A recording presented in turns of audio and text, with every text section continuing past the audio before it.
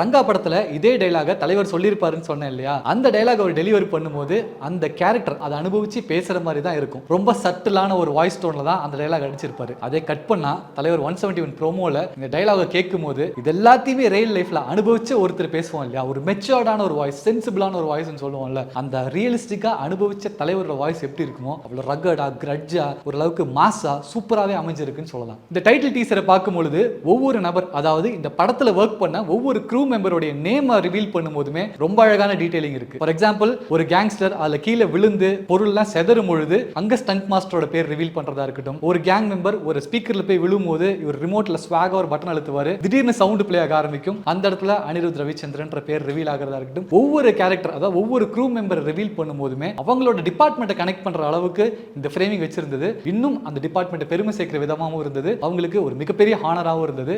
ரொம்ப அழகா பண்ண லோகேஷ் கனகராஜுக்கு திரும்ப ஒரு ஹேண்ட்ஸ்